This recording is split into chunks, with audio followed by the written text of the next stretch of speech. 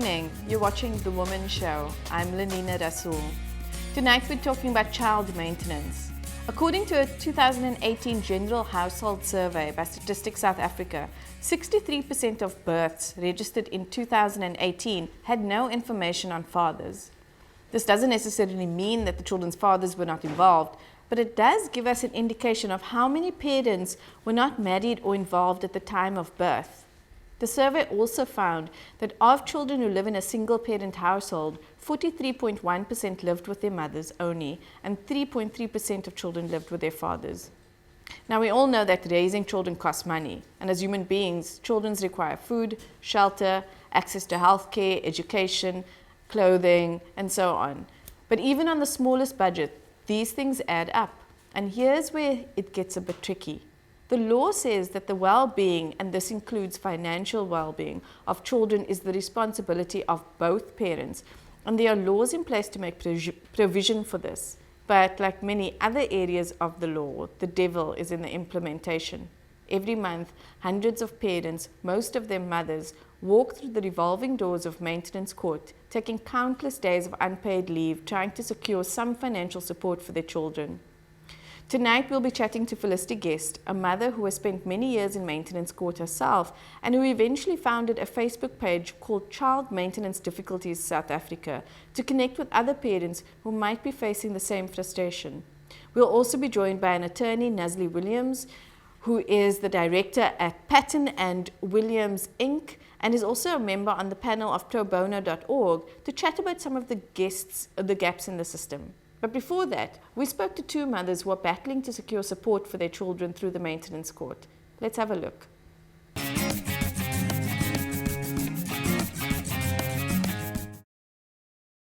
What was your experience like when you had to go through the court case regarding maintenance? The experience was quite a harrowing one. It started in 2015 while I was on chemotherapy because I'd been diagnosed with colon cancer. When I informed the court that my ex-husband had stopped paying, they very kindly sent out two caseworkers to my house. The court workers were very efficient, did all the paperwork and the calculations, and I thought it would be wrapped up by the end of the year. The matter finally went to trial for the first time in 2019. The outcome of the case is that the magistrate decided that my ex-husband was not by the means to pay maintenance, therefore he does not have to pay maintenance. If, however, he does some work and he's able to pay, then he can pay what he can, when he can. Were you happy with that outcome? No, I was not happy. I'm still not happy about it. Well, that just shows how weak the system actually is, that you could, on one hand, tell the parent that the court is the upper guardian of the child, and in the same breath, you decide that the other parent, who is self-employed, is indeed by the means, as they own a business, it's a family-run business. As good as the prosecutor was who led evidence in my case, bank statements were never up to date, financials were never up to date, because at Wynberg Court there's one investigator for what seems like thousands of cases. So he's very thinly spread, and they let me down really badly. And at the moment, are you the one taking care of your kids financially by yourself? At the moment, I am a single-parent teacher who holds down 3 jobs in order to survive. And financially, it rests 110% squarely on my shoulders. And I just have to hope for the best, that the cancer doesn't return as a result of stress, and keep going. I feel that the court staff treated me really badly, and I shudder to think of how they treat other women who are less educated or who are less outspoken than I am, because I did hold my own and fight my own corner. The senior prosecutor got a bit tired of me emailing him and some of his seniors and some people within the Department of Justice. Then he copied everyone that I had copied into the emails and said to me to stop my mournful lamentation. I was on chemo, I was dead broke, bills were mounting, no maintenance, nothing was done, no support from the courts. He did this, which I feel is a form of abuse, which I would think forms very squarely, very firmly a part of gender-based violence. And the part that really upset me, it took 4 years for that matter to go to court. The state has hung my underage child out to dry. Here's a man who represented himself, had half his documentation there, didn't pitch for court. Then he arrives later on the same day, claim he was busy, he was in meetings. But by the same token, he claims he was unemployed. And also something that is quite distressing is the fact that I've had about 24 postponements with the same magistrate, and when one asks any questions, you get told that you are bitter, you shouldn't be questioning the court, you must move on, get past it. Do you feel like the justice system failed you, especially as a single mother? The justice system has failed me in the most glorious way, and it is not only the inefficiency of the court staff, not the prosecutor, I have to add, who worked on my case, but pretty much everyone else in that building, where documents go missing, information is not up to date, my entire file goes missing, and it is the arrogance of the senior people within justice. They have failed me and my son, along with tens of thousands of other people. Thank you so much for sharing your story with us. Thank you.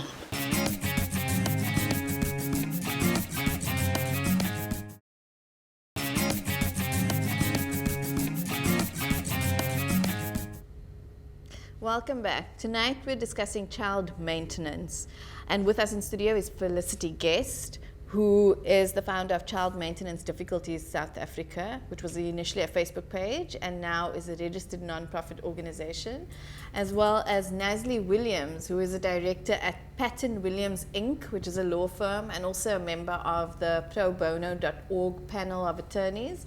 And Pro Bono connects people with legal services using attorneys' pro bono hours. Welcome. Thanks for joining us. Thank you for having me. So, as we heard before the break, that we've got almost 60% of children who are living in single-parent households, and 43.1% of those households are headed up by mothers. And as a result, when two parents split up, those children still need to be maintained by both parents, and that is what the law says. But the maintenance system that has been set up does not work as well as it's supposed to, and this we've heard from the women who have previously given their stories. So Felicity, I'm going to start with you, because I just want to go into why did you start initially a Facebook page and now this organization, and what is it specifically that your organization deals with? Well, it was as a result of my own journey, and I had legal representation, and in spite of that, how difficult I found it. And that I was so grateful to their help. And I thought, well, what are women doing who don't have access to an advocate and an attorney? And I only had access because it was pro bono. And I wanted to be able to support other women using the knowledge that I had gained from my own experience, to just help the ordinary person try and understand the court system from the layperson's point of view.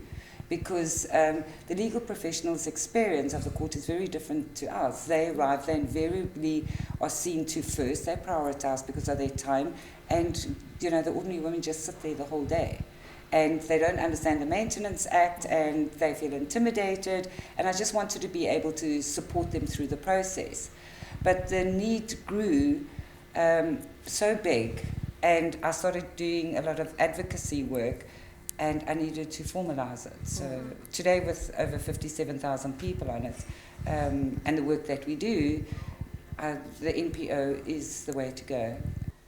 So I just want to take a step back quickly and look at child maintenance in terms of the Maintenance Act. Like, what is child maintenance? How is it calculated? And who pays maintenance to whom? Because I think these are the first sort of basic questions that people are asking. Yeah. Child maintenance basically, first and foremost, it's a common law duty. So even before you have a maintenance order in place, there is a common law duty that parents shall pay towards the support of their children or the financial support of their children. So each parent pays according to their respective means towards the child's reasonable maintenance needs. So that would be making provision for the child's education, obviously clothing and medical, dental, and sometimes even recreation. So each parent will contribute, like I said, according to their respective means. So that means the person or the parent that earns more will pay more towards the child's maintenance. So sometimes it also happens that the parent that earns less has got more assets than the other parent that actually earns more in money. So it doesn't necessarily mean because the one earns more than the other one, as in an income, a salary, that person will pay more. Because if the one who earns less, if that person has more assets, then he or she would be required to pay more of the child's reasonable maintenance needs. So that's the long and the short of it. That's very interesting. And Felicity, you have a group of about, over 50,000 members. And every day you've got posts on this group asking for clarification about maintenance issues. And specifically, what I see, because I'm on there, is how the calculations work. Could you add your perspective on whether it works that way in reality? No, it doesn't. Short answer. Why doesn't it work? Because whether the officials are actually trained sufficiently to know the nuances of the act, or they deliberately don't because it actually creates more work. So can you imagine, before they determine a figure, they've got to go and do a full financial inquiry to determine their worth to be able to make a ruling. Now, at a first hearing, that doesn't happen. They don't do a full financial. And normally what happens is the question is asked to the parent who is to pay maintenance, how much can you afford to pay? And obviously, they're not going to offer what they should. They're going to go for minimal. And more often than not, it is completely and utterly unreasonable. So when the person who's asking for maintenance objects to the amount offered, they go, but I have debt. So I can't pay that amount, or I'm remarried, or I've got other children, or I'm looking after my parents. And as Nasli said, common law is that you have a responsibility without even trying to enforce the act. So where are we going wrong? We're going wrong in the court system. Because the act is developed for the person on the street to be able to access it. I mean, there are millions of women, and most of them cannot afford legal fees, but it's written in a way that you're not required to have a legal representative. So you then depend on the official and his expertise or her expertise, and that's the problem. Because women don't know the act, so they don't know what to ask for or how to disagree, because they feel so disempowered and intimidated that they just say, no, that's not enough. But if they knew more of the act, they'd be able to support why it's not enough. And that's where we are quite helpful in equipping them how to respond. But often it's too late. They've now gone through the process. It's either been awarded already or it's been postponed. And they're then able to get some hacks and go back and be a little bit more forceful and assertive about the child's rights. Yes, just to continue on what Felicity said regarding them coming up with all kinds of excuses. I have to look after my parents, I have debt. What many people should know, or what most people doesn't realize, is that the child's best interest is paramount. The Constitution guarantees that all matters that relates or pertains or concerns children is of paramount importance. Is the most important. So your debt Yeah. that you have with whoever, Joshua Doe, Foshini, not specifically, I'm just as Yes. an example, it is not paramount or more important than your child's needs, maintenance needs.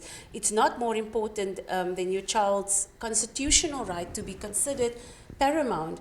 So you cannot be looking after your parents or your house needs renovations or you have debt, or unless it's SARS, which is a debt that you can go to jail for. I don't see how any excuse can be valid above child maintenance, because I've heard it many times in my matters where somebody would simply say, sorry, but I can't accept your offer because I have to pay my BMW, I have to pay off on a loan that I've made. And then when you inquire about the loan, you realize it was a personal loan for a holiday to Hawaii. And then you're thinking, but how can that be paramount above your child? You know?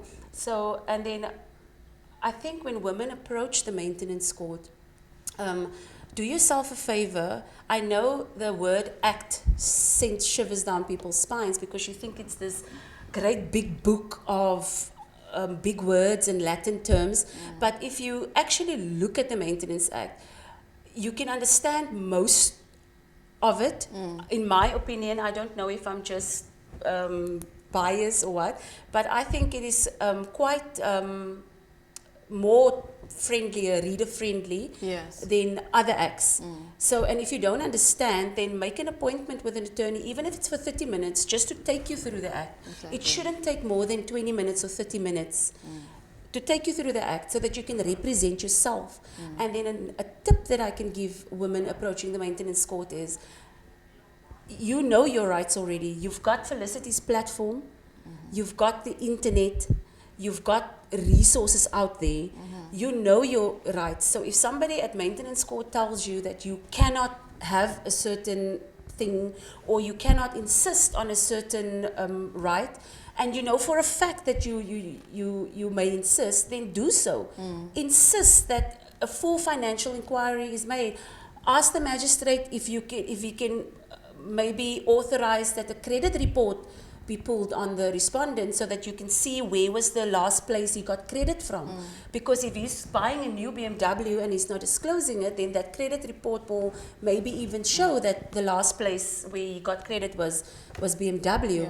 Ask the maintenance investigator to request a subpoena to subpoena all the South African banks to give you 6 months bank statements. And if somebody tells you you cannot do that, yes, you can, because the Act specifically says or states that in financial information must be acquired by the maintenance investigator. That is actually the job of the maintenance investigator, to get information as to the person's financial circumstances and to basically interview anybody or subpoena anybody that can give any information as to the person's financial situation or circumstances, even the employer. You know, so I just want to, I'm glad you mentioned, both of you, actually a range of stakeholders, because I know Felicity was talking about officials, we were talking about maintenance investigators, and I think one of the things are that people don't really know how the court works when they go in there. Personally, I think we see a lot of sort of westernized courts on TV, and the reality is very different. And what's interesting sort of with maintenance court is that you don't go straight to court, right? Felicity, maybe you can just expand on what that process is actually like. Who do you see first? Who is a maintenance officer? How is that court or just part of the court process? Just that we can clear up a little bit what this looks like. I just want to quickly, before I go there, pick up on what Nazli was saying. Listening to her, it's these officials who are mandated in a particular job function to carry out certain requirements to support the Act. That is not happening because those officials are not in place. And the few that are there are so overburdened. So yes, ask for financial inquiry, but it's going to go to the bottom of a huge pile like this. So when is he going to get there? So in that case, one of the other provisions is to order interim maintenance, but they're not doing that. So my point of contention is every time you postpone some form of court-mandated income, you put the child at risk. It's at risk to security of shelter, food, clothing, education, healthcare. How is that not a priority to order interim maintenance? And I would even go so far as to say, make it more than what it would, because that would motivate them to not postpone. Yeah. Because if you make it a nominal amount, they don't care. They know it's less than what they're going to pay, and they just play the system and postpone it for years before a legitimate, realistic amount is ruled. So going back, there's such basic fundamental provisions in the Act. Get that right. You'll take a whole lot of pressure off the whole court system. And you probably wouldn't need that many additional employees to carry out these. They're just throwing band-aids, and it really irritates me. So getting back to the process, often women are just so intimidated because they've heard so many stories, and it's normally the judge. Yes. They don't realize that there is no judge, in a magistrate's court. So they're immediately intimidated because that's where they see themselves going in front of. But the truth is, the first person you meet is a security official. And sometimes they're friendly, sometimes they're not, but get past them, and then you're required to fill in the necessary forms, whether it's for first application or for arrears. Then you are going to see the maintenance clerk. And the maintenance clerk takes down the basic details. And then it gets decided what's going to happen, depending on the claim. So if it's a first-time claim, they then will put the procedure in place to summons the other parent to court, so that they can start the mediation process. I see. Felicity, I have to stop you there. Sorry, we need to take a short break, but we will continue this conversation after.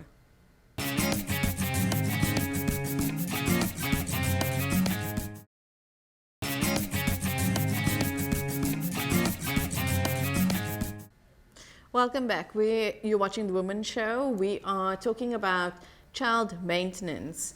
And Felicity Guest, who is the founder of Child Maintenance Difficulty South Africa, was just sort of outlining the process for us when women or men or parents enter the system. And while most people think what happens is we come up against the judge the first time, that's not actually what happens. Felicity, you said the first person you see besides security is a maintenance clerk, and you were saying that the forms are filled out and then it's decided what the next step is going to be based on those forms. So I just wanted to clarify, the maintenance clerk decides on that next step? No, if it's a first application, that's where she makes the decision. If it's an arrears, if it's a first application, then the process to follow is to get the other parent to appear in court. Okay. That's simple. That's procedural. Okay. But if it's arrears, as I said, I'm actually not too sure anymore, because when I was last in court, the clerk told me that my file is now going to the magistrate, which threw me a bit, because when I first went, I went to the maintenance officer, and the maintenance officer decided what route it would take. Then when I was in arrears application again, then it went to the bottom of the pile and lay there for weeks until I complained about it, because it was waiting for a prosecutor to peruse the file to decide what course of action to take. So this time I was told my file is now going to a magistrate. And I was told this is a new system, that my file will go to a magistrate. And I thought, but this is an interference in the independence of the judiciary, because the magistrate and the prosecutor are supposed to be independent. They're employed by different people. But so I'm not too sure what the new system is actually. What is supposed to happen is that once it's decided what kind of application it is it a first application for maintenance, is it an arrears application, what's supposed to happen is a Section 6 inquiry, which is literally a meeting with the maintenance officer. I see. In this meeting or this mediation, you can call it a mediation session, but the maintenance officer will try and get the parties to agree to On an amount, Yes, yeah. that is supposed to be the first step with any application that comes into the maintenance court. And only if the parties cannot agree, or the maintenance officer realizes that maybe one of the parties isn't truthful about their income or their expenses, or even with regards to the child's expenses or whatever is claimed, then it is referred to a Section 10 inquiry, which is the formal process with the magistrate. I see. So only after that Section 6 inquiry will it go to a Section 10, which, like I said, is a formal it's a formal, it's almost like it's a trial. Yeah. It's a trial. It goes to court. The complainant will lead evidence on what she's owed or what she needs for the child. The maintenance, the magistrate will play a very active role in the whole trial to determine what each party must pay, what their financial situation looks like, and even to see whether the child's expenses are reasonable. So I'm not really sure how your file ended up with the magistrate before the Section 6, but I can't comment on that because I obviously don't know the contents of a file. But that is how it's supposed to work. And That's how it's worked in the past. Yeah, So when yeah. they said no, it's a new system that they're going to try. It could be because I've been in the system for years and I've been at criminal trial for Yes. years. Yeah. So maybe they want to look at it and go, okay, well, this is enough. Yeah. How are we going to deal with this particular thing? Because my situation is not uncommon. There are many defaulters who end up in a criminal case. So I'm glad you brought that up. For 10 years. So your Yeah. process was a Section 31 then, which is the criminal proceeding in the Maintenance Act. So that was So the prosecutor. That was the last time. Yes. Yes, I mean, yeah. and I've been in that situation so many times. But what happens? We've never gone to a full trial in 5 years. We've never gone to a full trial, and I've been in this situation about 14 times now. Yeah. We've never gone to a full trial because he pays 2 days before trial is supposed to start. Then it's taken off the Yeah. roll. Yeah. He's given a pat on the back and go, well done. This is what we do. We try and resolve these issues. So on And that's that, it. just to bring it back to, we're talking Section 6 to Section 10, the magistrate then gets more involved. Yeah. And if there are not too many complications, an order is then made for a certain amount. Let's say, and then we move to, but then the person who is supposed to pay defaults, doesn't pay. Yeah. Where do we move to from there? Now, in that case, in the case of the arrears, there is civil remedies that you can invoke. Okay, you can have his assets attached. You can ask for a warrant of execution against his assets. You can have a debt attached that somebody owes him, and then you can have a garnishee order against his salary. So that is all civil remedies for arrears. But then sometimes a lot of people or a lot of my clients would ask that you go directly to the criminal route. That is the Section 31 avenue. Okay. That is it's a criminal case. It's a prosecution of the maintenance defaulter. So that will be the normal criminal route, as in there is a crime and the elements of the crime must be proven. Yeah. So what is your crime? Your crime is that you did not follow a court order, Okay. you disobeyed a court order, and you are now in arrears. So the prosecutor, like in any criminal case, must now prove that there was a court order, that the defaulter was aware of the court order and its contents, that the maintenance defaulter did not pay the amount that was ordered in the maintenance order, and then also, very importantly, that the non-payment is due to misconduct or plain willfulness that I don't want to pay, and not because of means or a lack of means. Because as soon as the magistrate or the prosecutor even discovers that the reason why the maintenance defaulter didn't pay is because of a lack of means, they immediately send it back to maintenance court so that the Section 10 inquiry can be can be picked up again. Okay, so I just want to ask quickly a question. So, one of the sort of mitigating circumstances is that they aren't of the means to pay. Yeah.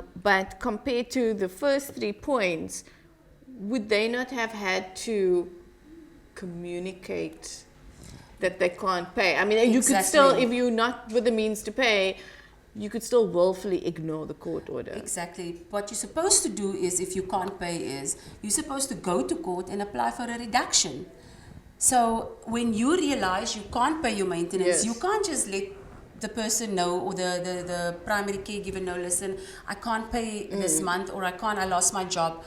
No, it's still a court order that is in place. So until that court order is varied or reduced by the maintenance court, you must still pay the maintenance. So you have your remedy. You must approach the court.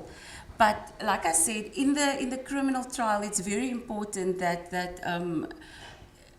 the person can only be found guilty if they are willfully and literally not wanting to pay the court order just because, and not for any valid reason. The only valid defense would be, you know what, I did pay, she just didn't check, or I'm not by financial means. And obviously he will need to prove that he doesn't have the means to comply with what the court order expects. Yeah, so at that point is when the trial, the criminal proceeding can then be reverted back to maintenance court. I see. Yeah. So, Felicity, I see you smiling. And I sort of know why. Because that sounds very straightforward. Yes, it sounds very straightforward, very good on paper. In reality, this does not happen, and these processes are not followed. And we very seldom hear of someone sort of convicted. The reason why that is because the Section 31 proceeding is reserved for, how can I say it? It's like last resort. Yes. It's last resort. If the person is really not complying with the court order and is literally ignoring the court order, and it's been the second or the third time that he's been in front of the court for arrears, then only will the person be prosecuted. But the reasoning behind that is because a person that is in jail can't work. Yeah, and can't pay maintenance. And a person that can't work can't earn an income. And a person that doesn't have an income can't pay maintenance. You see, so that is the reasoning behind it.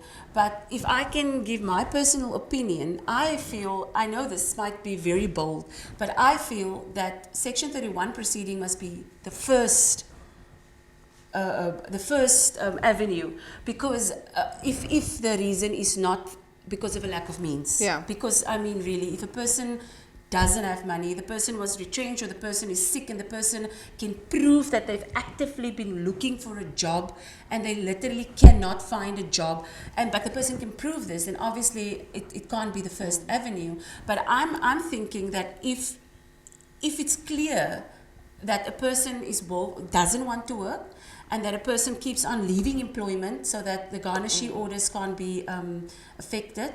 If a person is literally using the court order to wipe sweat off his brow, then in that case I think it must be the first port of call, because if you know how it feels to sit there, then it might just motivate you to respect our courts.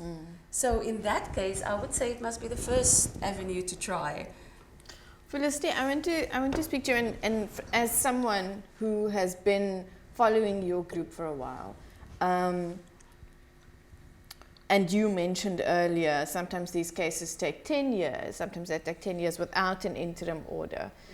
So because there are consequences, so that you don't so the things we've listed now are supposed to be consequences for parents who do not pay their child maintenance.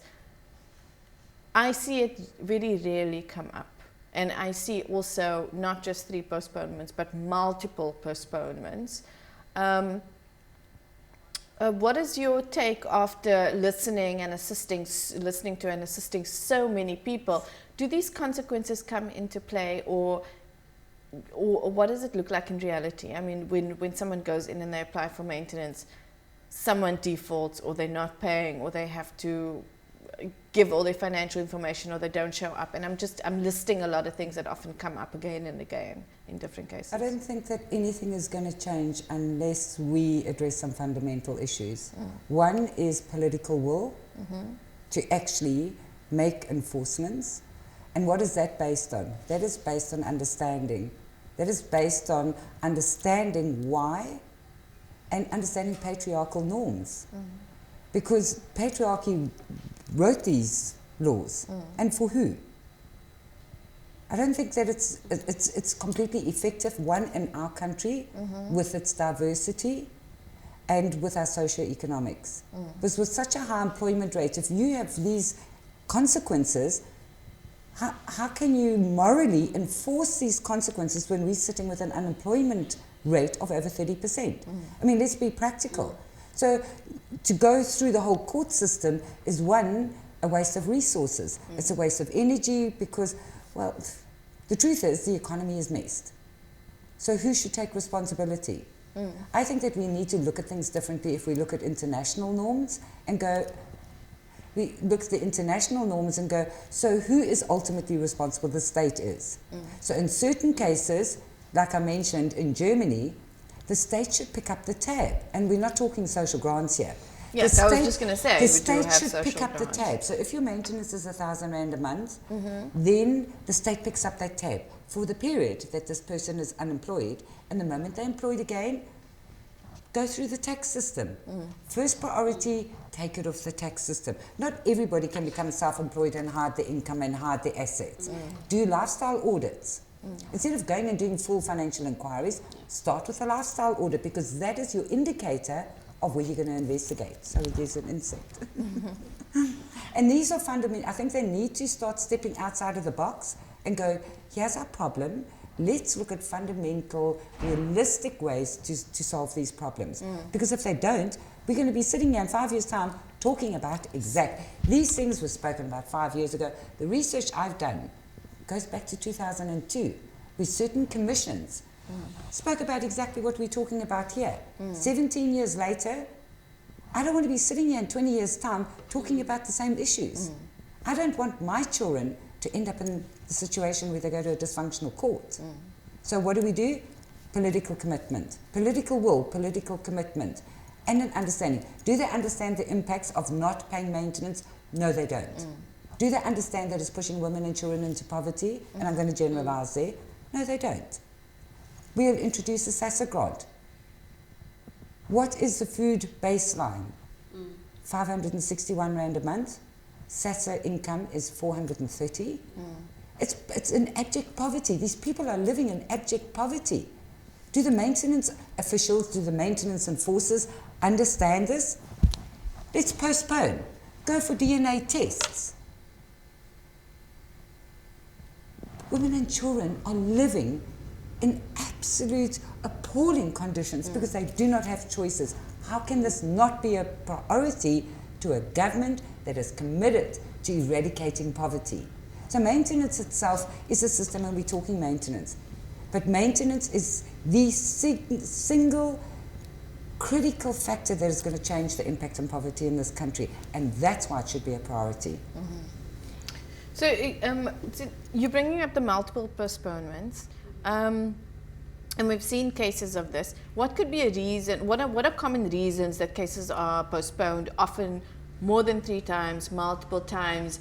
We've heard from someone who had a case postponed almost up to 20 times, right? And this is often giving the respondent, which is the person who is supposed to pay the maintenance, him time to find a lawyer, find another lawyer. So it seems, I mean, with that one case in itself, it is like appearing, then postponed for this person to get their forms. Then the person comes to get with their forms, but they've got a lawyer, and then they want to change the lawyer, and then they want to apply for legal aid, and then new forms. I mean, what are common reasons for multiple postponements?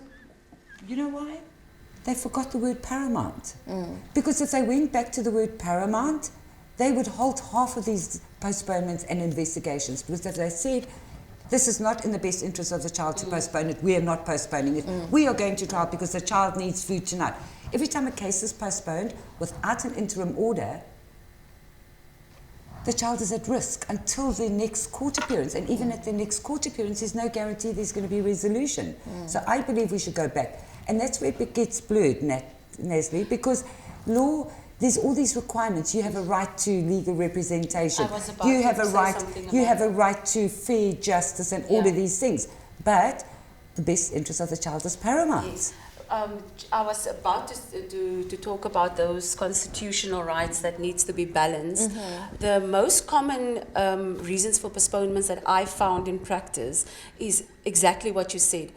The respondent either doesn't show up, or the respondent comes without his documents, or the respondent wants a lawyer and then he comes back without a lawyer because he has to wait for legal aid. And I know legal aid is overworked and they've got millions of files for one person. I know that. Then also the constitutional right of every person to have legal representation. So when the court looks at the matter, they see rights on both sides and they need to find a midway as to how to balance it. But like Felicity says, the child's rights or interests are paramount. So what I think must happen is the new Amendment Act makes postponements now last resort. Okay. Yeah, it makes it now last resort, and the maintenance officer or the magistrate must make an interim order if the other party is going to be unfairly, is going to be, how can I call it now? Disadvantaged. Disadvantaged, Right. yes. If there's a postponement without an interim order. So that is what the Amendment Act now guarantees. But with regards to the defaulters delaying and all the delaying tactics and the postponements, personally I can tell you that magistrates they are a little bit more lenient to especially unrepresented parties, and they do focus extensively on treating the parties fairly until proven in default or proven guilty. So remember, when that application lands in front of the magistrate, he doesn't know really whether the person is in fact indebted. So if he's going to say, for instance, listen, it's the second postponement now where you need to bring this document, and then the reason why I couldn't maybe bring the document is because the person at the bank is on leave and won't come back until the new year, and then the magistrate makes an order, then that person did not have an opportunity to state his case, and he's got the right to state his case. So the magistrate would be mindful of things like that. So he would try to give the parties a reasonable time to bring everything to the table that he needs in order to make a decision. But as Felicity said, it doesn't really in practice work that way. So I think that is what needs to be looked at, is that how many times is enough? Because you can postpone a matter for 20 times. If there's 20 valid reasons, but then there must be an interim order, because I mean the child is dying of hunger while we are postponing. So I think if we can just take the act and actually apply the act, Exactly. problem solved. So I'm also pretty interested in, we have these cases, I mean, often, Felicity, your group is utilized when people hit a bump in the road, let's say, a bump in the maintenance road. Yes. Something's happened that's unexpected, or there have been more than 3 postponements, what recourse do women have when process is not being followed? Because this is very important. They want to enforce the rights. We know sometimes that their questions are sort of just dismissed, or this is the way things are, or the magistrate there's an imbalance of power there also that we need to acknowledge. What can they do? Well, one, I think that women don't realize that they can, because to challenge authority, we are groomed not to, as women, we are groomed not to challenge authority. So for a woman to actually discover that she can do something about it, And then to have the courage to actually go through with it is another thing, and they often don't. Because we've seen it many times where you become victimized. If you complain about an official, you become victimized. But I keep saying that for me it's like service delivery. If you go to a shop and you're given bad service and you don't contact the owner of the shop and go, listen, I got really bad service and your sales are going to drop, that's constructive feedback. And I believe by us complaining, we are giving constructive feedback to the authorities that there are problems. But they have this arrogance. So they don't deal with it, they ignore, they don't come back. So you have to be pretty drastic. So when we complain, you have to follow a line because, I mean, there's protocol. So you have to go to the supervisor, go to the next level, go to the, and then ultimately, but people don't understand as well that the court manager is an administrative function. So they deal with administrative functions. Was a garnishee order, those kind of things, not the legal aspects, because most of them don't have a legal degree or qualification, because it's an administrative process. But most of the problems are administrative processes are not followed. Some of them are very helpful. Some of them, we've got many on our group that are incredible. They see a complaint in their court and they go, there's a complaint in my court, can you get that person to make contact with me so that I can help them resolve it? Which is proactive, and that's the way it should be. So we are out of time. But thank you so very much. This is very informative. And just to sort of wrap up the last question, if they are being blocked in the road or something seems particularly unfair or unsure, they can contact the court manager or actually go to the chief magistrate or go to the next level. Thank you so much for joining us. We'll be back after the break.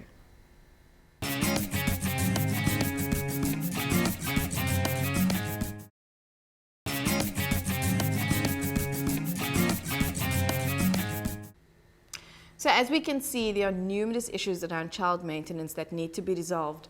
But the best way to tackle these so far is to familiarize yourself with the law, the Maintenance Act, and ensure that your rights and due process are being followed. Before we go, we ask some of you what you think about child maintenance. Let's have a quick look.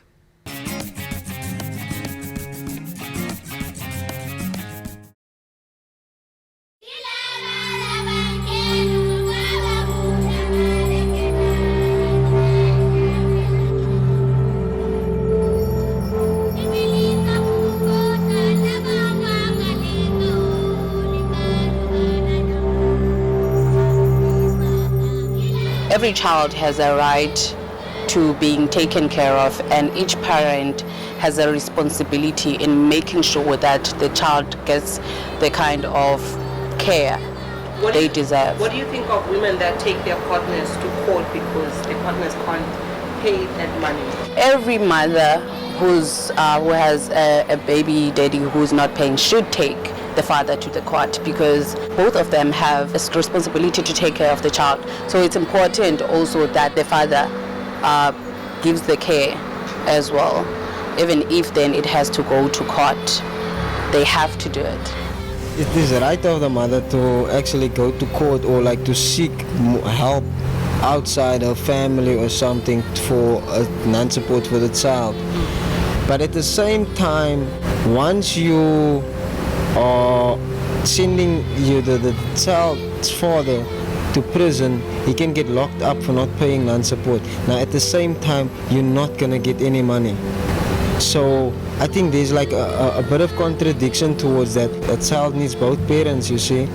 We must rethink the whole structure of sending fathers to jail for non-support.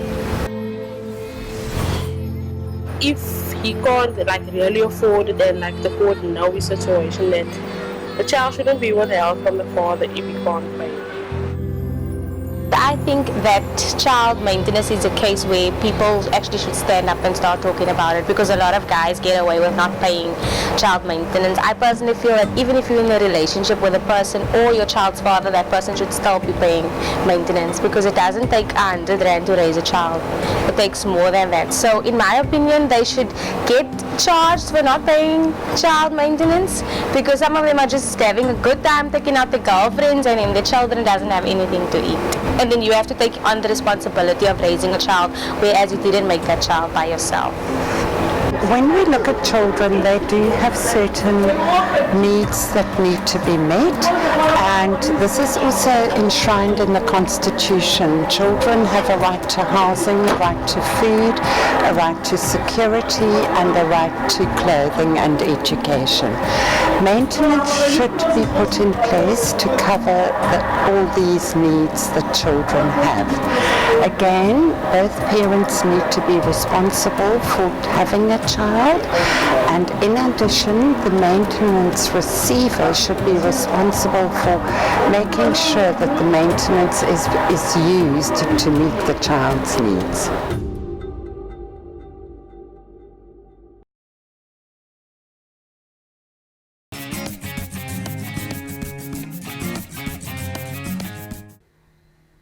That's all we have for this evening. Let us know what you think about child maintenance on our Facebook page @The Womxn Show. I'm Lenina Rasool. Good night.